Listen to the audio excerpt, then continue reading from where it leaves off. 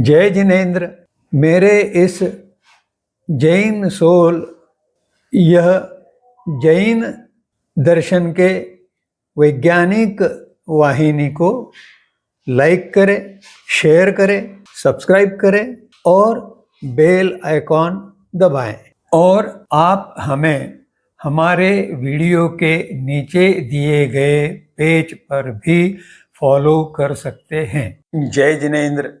हम जैन दर्शन के मूल विज्ञान के साथ जो अन्य विज्ञान संबंधित है उनसे जुड़े हुए विवरण का अध्ययन कर रहे हैं।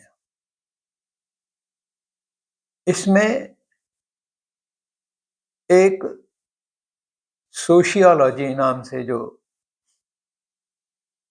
विषय है, सामाजिक विज्ञान का जो विषय है, सामूहिक शास्त्र का जो विषय है, वह संस्कृति इस धारा में, सिविलाइजेशन इस धारा में जैन दर्शन में समाविष्ट किया गया है। आज का युग नैतिकता की बात करता है, परंतु जैन दर्शन नीतिमत्ता के आधार पर विकसित हुआ है। कदाचित यही कारण है कि जैन दर्शन का प्रचार और प्रसार विश्व में बहुत अधिक नहीं हो सका। नैतिकता में छुपने की जगह है। नैतिकता अर्थात इथिक्स, और इथिक्स में ऐसे नियम विधान बनाए जाते हैं जिसमें व्यक्ति को कोई कष्ट न उठाना पड़े। वह नियम और विधान के आधार पर अपने आप को बचा सकने में समर्थ हो जाता है। अगर हम गहराई से देखें तो विद्यमान विश्व इसके कारण कितने संकटों में है, इसकी सूची बनाने में ही कदाचित आधा घंटा लग जाएगा। देश देश में कलह, युद्ध, देश के भीतर समाज समाज में मतभेद, वैर भाव, काट छाट, घर घर में विवाद, व्यक्ति व्यक्ति में विसंवाद,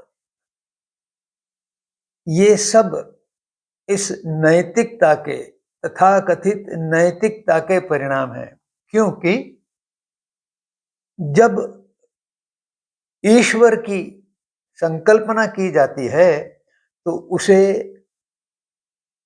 बहुतायत में सहजता से स्वीकार किया जाता है। क्योंकि जो कुछ गलत किया उसके लिए उस ईश्वर को उत्तरदायी बताना सहज है, सरल है। परंतु दूसरी ओर नीतिमत्ता में स्वयं को उत्तरदायी मानना है, स्वयं को निर्धारित करना है कि सही क्या है, गलत क्या है, अच्छा क्या है, बुरा क्या है। और जब यह निश्चय करना पड़ता है, निर्णय करना पड़ता है, तो व्यक्ति को स्वयं को अन्य के रूप में देखना पड़ता है।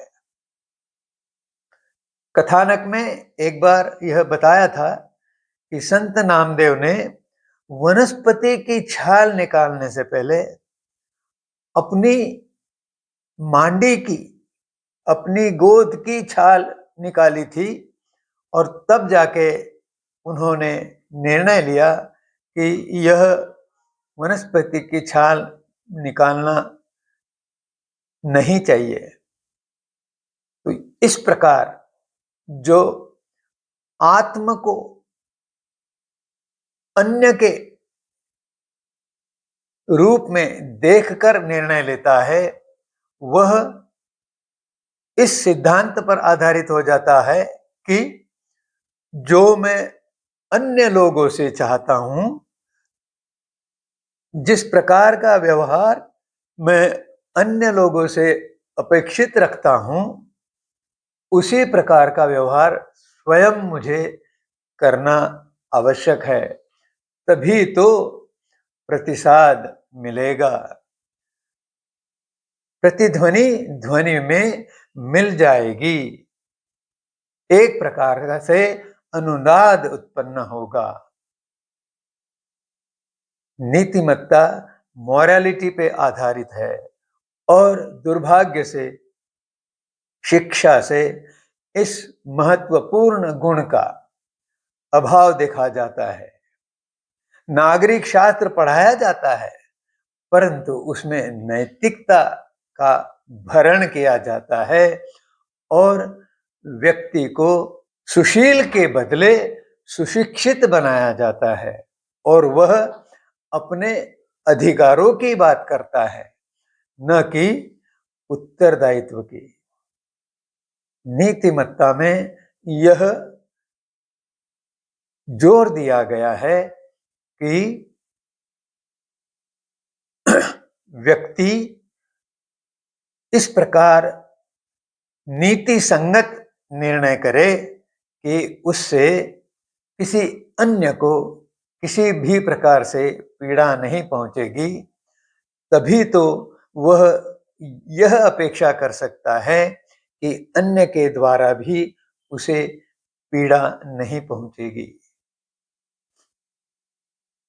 दूसरा मुद्दा इस संस्कृति में है चारित्र या चरित्र। जैन दर्शन में चारित्र को महत्व दिया गया है, चरित्र को नहीं। अब आप कहेंगे कि इन दोनों में क्या भेद है, तो एक सामान्य उदाहरण आपको दूंगा। चरित्र यह एक प्रकार से अन्य लोगों द्वारा निर्णित किया जाता है। जैसे पाठशाला में विद्यार्थी पढ़ता है और जब उसे आगे की शिक्षा के लिए महाविद्यालय में जाना पड़ता है, तो वह विद्यालय उसे एक दाखला देता है, एक प्रमाण पत्र देता है और उस प्रमाण पत्र में एक जगह लिखा है चरित्र। तो उसमें लिखा जाता है सामान्यतः कि इसका चरित्र अच्छा है, यह व्यक्ति भला है, यह गुणी है। इस प्रकार के शब्दों का प्रयोग करते हुए वह प्रमाण पत्र दिया जाता है। अब यह चरित्र वर्णन किसके द्वारा किया गया है? यह चरित्र वर्णन उस विद्यालय के, उस पाठशाला के शिक्षकों, मुख्याध्यापक आदि द्वारा किया गया है। हो सकता है वास्तव में वह बालक कुछ उपद्रवी हो, फिर भी उसे बहुत अधिक गहराई से नहीं बताया जाता और इस कारण वह व्यक्ति अपने उपद्रव क्षमता को उपयोग में लाता ही रहता है। आज वर्तमान में एक शब्द बहुत गूंजता है, न्यूसेंस वैल्यू, अर्थात अपने आप के ऐसे मूल्य को प्रदर्शित करना जिससे सामने वाले को उसका हानि नजर आए, दृष्टिगत हो, और तब जाके वह व्यक्ति ऐसे व्यक्ति से डर कर रहे, भय भीत रहे। और चारित्र वह बात है, वह स्वयं पर निर्भर करती है। जब व्यक्ति को संत व्यक्ति कहा जाता है तो कौन कहता है ऐसा संत व्यक्ति? कोई दूसरे कहते हैं, किस आधार पर कहते हैं? उस व्यक्ति के व्यवहार के आधार पर। कैसा व्यवहार होता है उस व्यक्ति का? सौम्य भाषा, नम्रता, उपकार करने की, सहयोग करने की वृत्ति, सत्य कथन का उसका नियम, अहिंसक प्रवृत्ति आदि कुछ बातें जो हैं वह चारित्र बताती है। किसी के द्वारा उसके लिए पारितोषिक की आवश्यकता नहीं होती। लोग उसे स्वयं ही वंदन नमन, उसका सम्मान सत्कार करने के लिए तत्पर रहते हैं।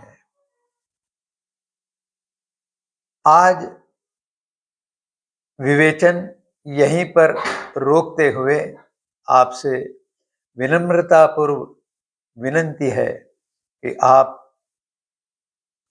अपने मन में उठे संदेहों को निवारण करने के लिए कमेंट सेक्शन द्वारा मुझे भेजें और उन संदेहों से मुक्त हो। जय जिनेंद्र।